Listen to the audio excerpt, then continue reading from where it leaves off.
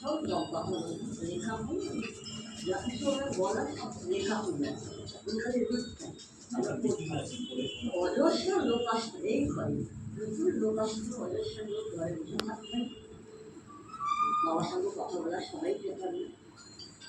আমি একটু পুরোনো কথা বলছি হ্যাঁ, মানে আমরা এর আগে অন্য একটা বাড়িতে জয়েন্ট ফ্যামিলির কথা মানে আমার পিসিমা জ্যাঠামশাইরা জ্যাঠাইমারা আরও সব ছেলেমেয়েরা পিসিমারা অনেক ছিল, ওরা আসা যাওয়া করতেন, প্রচুর লোকের আসা যাওয়া ছিল, বাড়ি আবার গম গম করতো একবারে ছেলেমেয়েরা।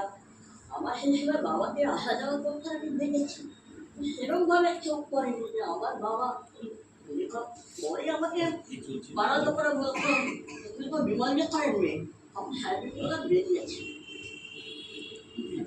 শুনে ভাবনা আমি তো পড়িনি, ভাবো ওই বয়সে আমার পড়াই হয়নি।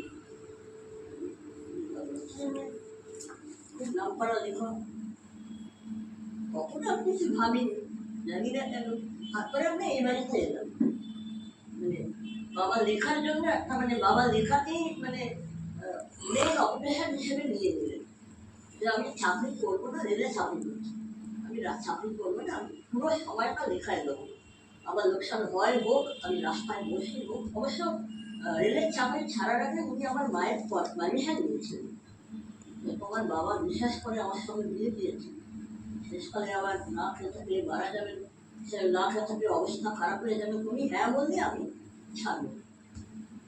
তুমি লেখায় মনোনিবেশ করেছি, এই বাড়িতে আসার পরে আমি বাবাকে লক্ষ্য করি বাবা মানে কথা তো নেই, মুখে কথা নেই, সবসময় লেখা লেখা লেখা। আমি ঘুরে ঘুরে বেড়াই, এখানে কথা বলার সময় খুব কম, বাবা কথা বল সময় পেলেই বলত। আমি এখন বললাম এখানে শ্মশান আছে একটা তেরোপালা শ্মশান, তখন তো গাছের গাড়ি ছিল না, এমনি লোকের বহন করে নিয়ে যেত, আসে আওয়াজ, ভয়ঙ্কর আওয়াজ, বাপরে সে পড়াশোনা করতাম আমি এখানে বসে, আর ওই আওয়াজে মানে ওরা শ্মশানের কাছে এসে আরো মানে চেঁচামেচি করছে, ভালো লাগতো। আমি বাবাকে বললাম বাবা এত জায়গা থাকতে সময় পেয়ে এই শ্মশানের কাছে বাড়ি নিয়ে দেবেন নাকি ভালো? বাবা উল্টো এবার প্রশ্ন করলো যে কেন ভালো নয় কেন? আচ্ছা কি ভালো যে মরা মানুষকে সঙ্গে করে নিয়ে আসা কি হলো? মরা কি জীবনের অংশ নয়?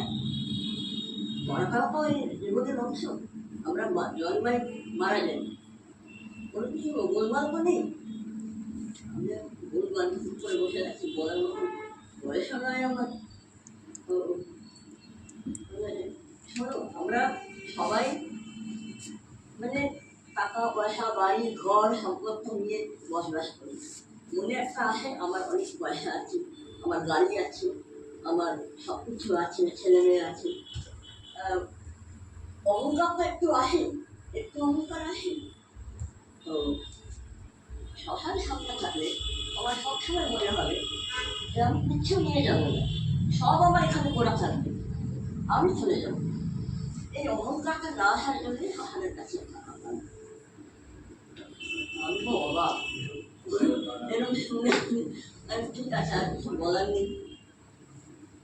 তারপরে বাবার সঙ্গে আমার সঙ্গে ভালো করে দেখা হয়েছিল।